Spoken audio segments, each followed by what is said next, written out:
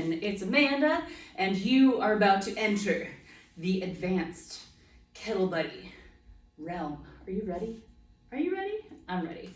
Okay, so like I said before, this is the advanced KettleBuddy stuff. So we're gonna be talking about more complex movements, more explosiveness, how we can use these circuits to kind of increase your cardio without doing cardio.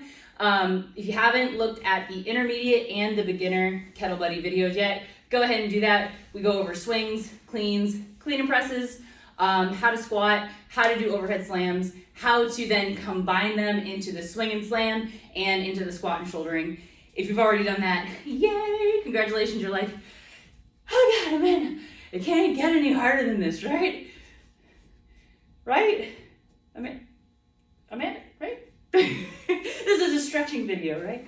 Just kidding. Okay, it can get a little bit more difficult. The advanced realm is more, I'm gonna call it functional mobility, right? So I use that term lightly just because it's kind of loosely used throughout the industry nowadays. But what I mean by that is you're gonna be doing complex movements very explosively, and you're gonna be using your full body as a full unit versus like bicep curls, side lunges, right? Okay, so let's get started.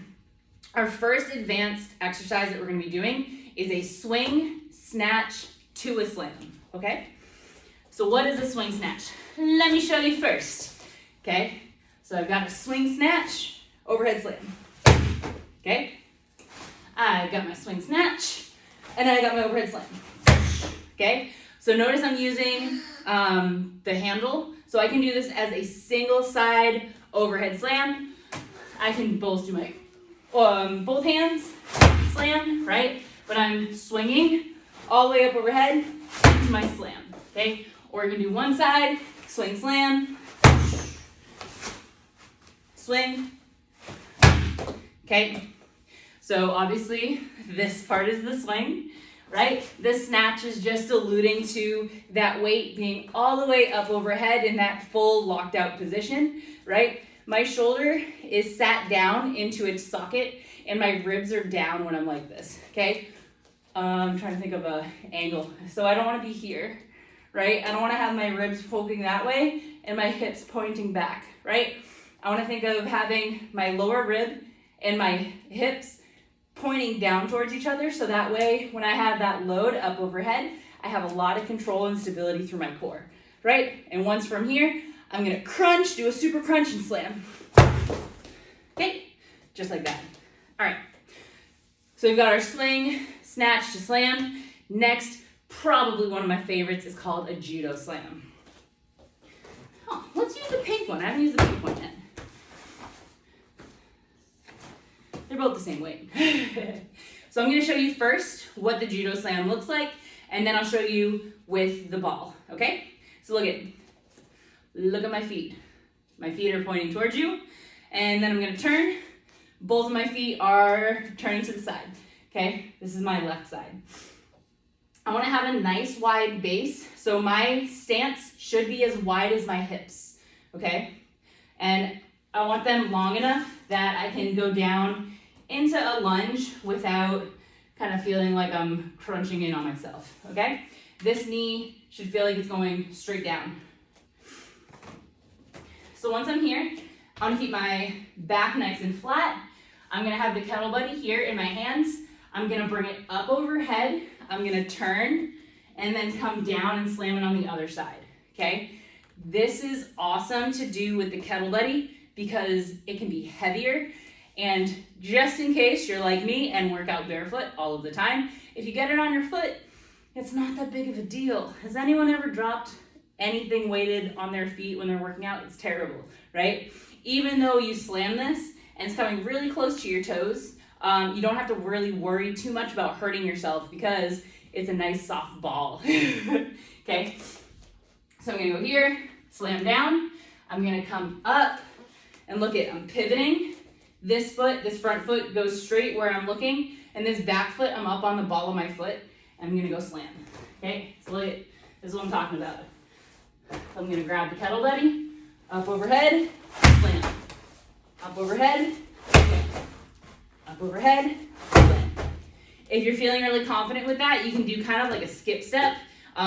This is like where the judo throw kind of comes from, right? So I'm here.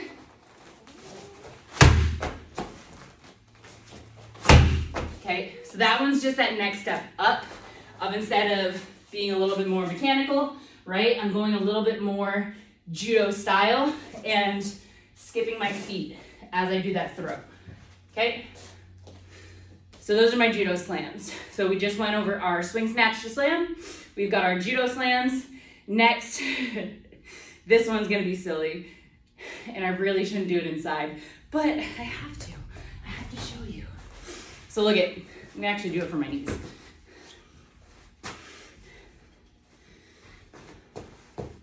I don't know if I can do this for my knees. There we go. Yeah. Okay, so look, I'm here. Yes, I didn't hit the wall. So look at, you can do this outside. Highly recommend doing this outside, okay? But look at, if you don't have an outside area, I'm also doing it from my knees inside with like a 8-foot ceiling. So, you know, it's possible, right? Look at, I'm hinging through my hips, kind of like a controlled kettlebell swing, right? And you're throwing it behind you, right? Why am I doing this, right? One, because you can. And two, this is helping with getting that explosive movement, right? So when I do this, if you've ever done martial arts, there's something called a suplex, where you kind of like thrust your hips forward and you have to get your partner up over your shoulder, right? Very famous in like wrestling, mixed martial arts, jiu-jitsu even. But what I want to do with this is I'm learning to get that weight up over my shoulder with using my hips, right? If you don't have all of the height of the ceiling that I have, you can do the same thing with the ball at your chest, right? So look at, I'm doing kind of like a scoop throw, right? So I'm doing these little practice hip thrusts, and then once I feel like I want to go, I'm pushing forward and I'm throwing over one of my shoulders, okay? And ideally, if you have a partner, they can go and get the ball for you. Just be like, hey, don't let me hit you, and then you can just roll them back to you, okay? So that is our snatch throw. Last one we're going to talk about is going to be shouldering to a sprawl. This one's probably the most difficult just because it's two very full body exercises combined into one, okay? But it's really fun. At the end, you're like, I'm dying, but I feel great. Okay, so look, I'm gonna go into my shouldering, which is that squat shouldering, coming up. I'm gonna come back down with the ball, and then I'm gonna sprawl. So all I'm doing is just taking my feet back, coming back in, going back to my shoulder, coming up, right? And this one's a little bit different than that other one where I was coming up and dropping it from a height, right? I'm putting it on my shoulder, coming up, back down, putting it down, and then sprawling, okay? So I'm here, up, down, put it down, sprawl.